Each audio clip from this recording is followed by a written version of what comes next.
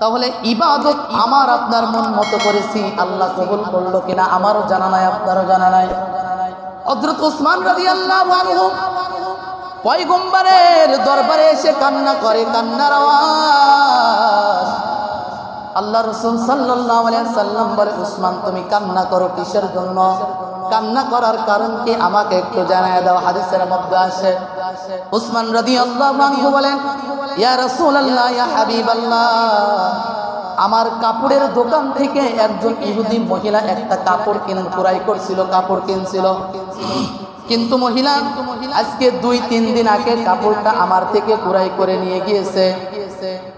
কিন্তু আজকে 2-3 দিন পরে মহিলা আমার দোকানে এসে কাপড়টা আবার ফিরাইয়া দিয়ে বলতেছে, ওসমান তোমার কাপড় আমার পছন্দ হয় নাই, তোমার কাপড় তোমার ঘরের ভিতরে রেখে দাও, বিনিময়ে যত দিরহাম দিয়ে কাপড়টা খরিদ করছিলাম, ক্রয় করছিলাম, দিরহামটা আমাকে দিয়া দাও। আল্লাহ রাসূল বলেন, এ সাহাবী, এটা তো ভালো কথা, তার পছন্দ হয় নাই, তুমি বিক্রেতা, সে হলো ক্রেতা, তার মাল না পছন্দ হতে পারে, তাই বলে কিসের জন্য কান্না করো? কান্না করার কারণ কি? ওসমান বলে, ইয়া রাসূলুল্লাহ, আমি কান্না করার কারণ হলো দুনিয়ার সামান্য আমার দোকান থেকে কাপড় বিক্রয় করার পর 2-3 দিন পর পছন্দ হয় নাই বলে দোকানে আবার ফেরত দিয়ে টাকা নিয়ে গেল। না জানি আল্লাহ রাব্বুল আলামিন কাল কিয়ামতের ময়দানে আমাকে ডেকে যদি বলে, উসমান, ও উসমান, দুনিয়ার জমিনে তো খেলাফতের রাজত্ব কায়েম করেছ, দুনিয়ার জমিন তো রসুলের সহচর্যে থেকেছো, রসুলের পাশাপাশি থেকেছ, তোমার নামাজ আমার ভালো লাগে নাই, তোমার রোজা আমার পছন্দ হয় নাই, তোমার হজ আমার পছন্দ হয় নাই, তোমার যাকাত আমার পছন্দ হয় নাই, দুনিয়ার জীবনে তোমার হায়াত যত ইবাদত করেছ, কোন ইবাদত আমি আল্লাহর ভালো লাগে না। কিয়ামতের ময়দানে যদি আল্লাহ বলে, এই নাও তোমার ত্রুটিযুক্ত ইবাদতগুলো তুমি উসমান নিয়ে নাও, বিনিময়ে আমি আল্লাহ তোমাকে জান্নাত দিতে চাইলাম, জান্নাত দিতে পারবো না, তোমার আমল তোমাকে ফিরায় দিলাম, আর বিনিময়ে তুমি যে জান্নাতটা তোমার জানমালের দ্বারা জান্নাত কিনে নিয়েছিলাম, তোমার সবগুলো নিয়ে নাও, আমার জান্নাত আমি আল্লাহকে দিয়ে দাও। দেখেন তাদের ভিতরে কেমন ভয়, দুনিয়ার জমিনে জান্নাতের সার্টিফিকেট পাওয়ার পরও তাদের ভিতরে কেমন ভয়। রসুলের কাছে কান্না করে, রাসূলুল্লাহ, আমার নামাজ, আমার রোজা, আমার কুরবানি, আমার হজ, যাকাত, দান খয়রাত আল্লাহ কবুল করলো কিনা? কিয়ামতের ময়দানে আল্লাহ যদি আল্লাহ না করুক বলে বসে, আমি উসমানের কোনো উপায় থাকবে না, জাহান্নামে যাওয়া ছাড়া আমার আর কোনো উপায় থাকবে না।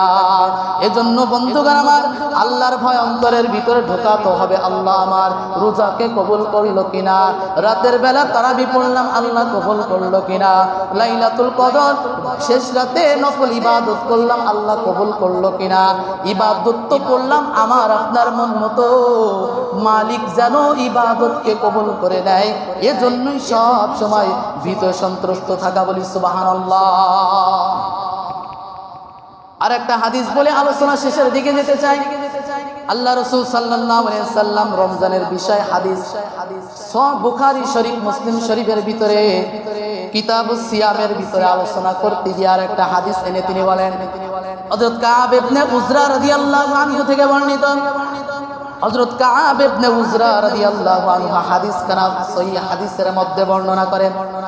তিনি বলেন, আল্লাহ রাসূল সাল্লাল্লাহু আলাইহি সাল্লাম, সাহাবীরা আমরা বাইরে বিক্ষিপ্ত অবস্থায় ঘোরাফেরা করতেছিলাম, চলাফেরা করতেছিলাম, ইতিমধ্যে নবী আমাদেরকে মেহরাবের নিকটবর্তী ডাকলেন। নবী মেহরাবের নিকটে আসলেন, সাহাবীদেরকে মেহরাবের নিকটে ডাকলেন।